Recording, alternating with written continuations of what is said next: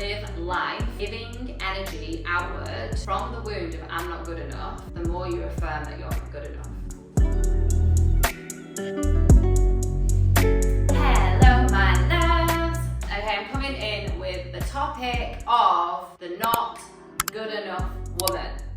I cannot even tell you how many times I have heard a woman step into my space and say, Anna, I do not feel worthy, I do not feel good enough, and I can't move forward and take action towards what it is that I truly desire. I can't text the man, I can't create the business, I can't be honest and speak my truth around my friends, so I shrink, stay small, I hold back, and the more that she does that, the more that she feels fear, anxiety, mistrust, and ultimately further perpetuates the lack, limitation, and scarcity that is living inside of her body. It slows her energy down, it keeps her feeling like that there's something wrong with her, that she's broken, and she fears her future as a result of staying in that kind of present state of constant low level or high level anxiety. And I'm here to say, like, that story of the not good enough woman is so common because so many of us little girls, when we were younger, we were never given space. Our feelings were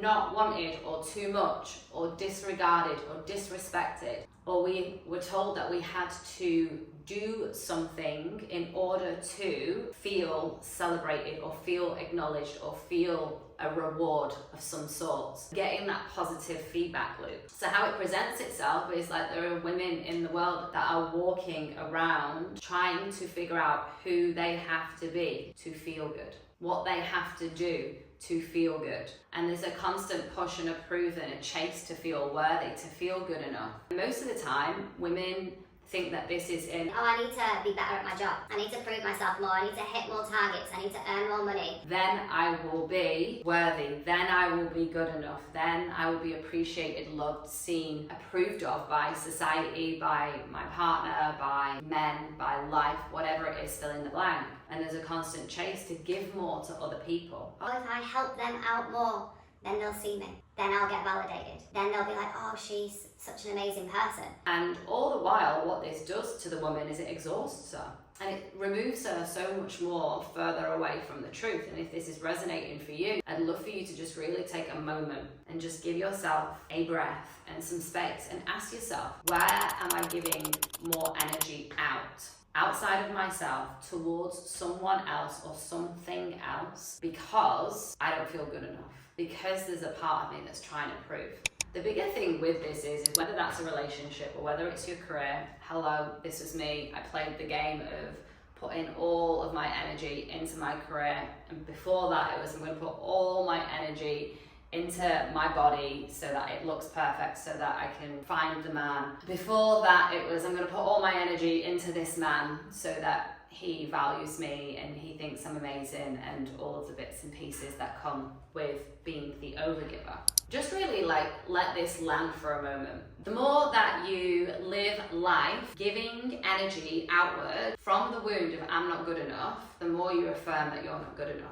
Whereas essentially what you're saying is every single person outside of you having an opinion that you want, that is a validating opinion, that's going to make you feel better about yourself, you're saying that they have ownership over how you inherently feel. And essentially it's playing the outside-in game.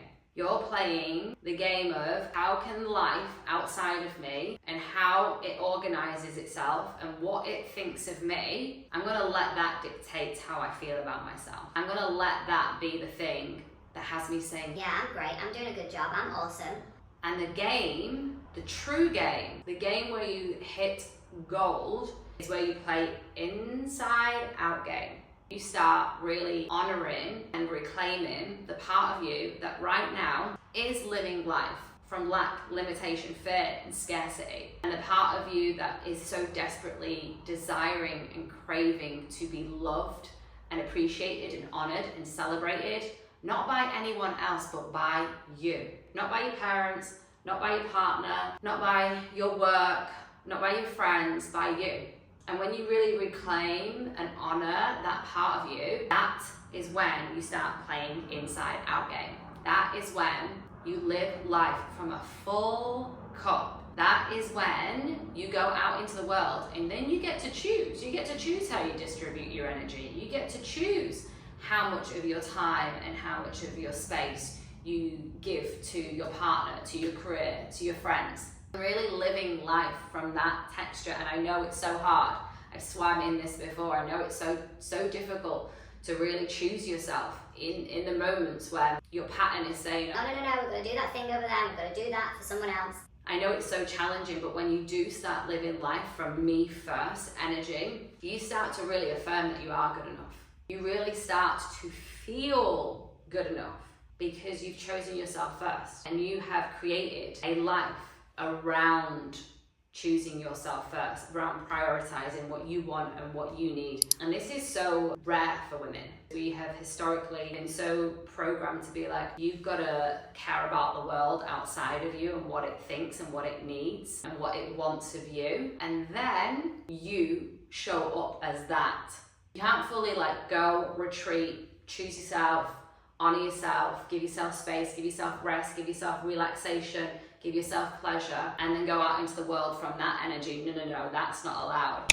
So I hope something from this video landed. Please like, share, comment. I'd love to know what your takeaways were, any breakthroughs, any ha-has, anything that's really resonated for you from this video. Please drop it in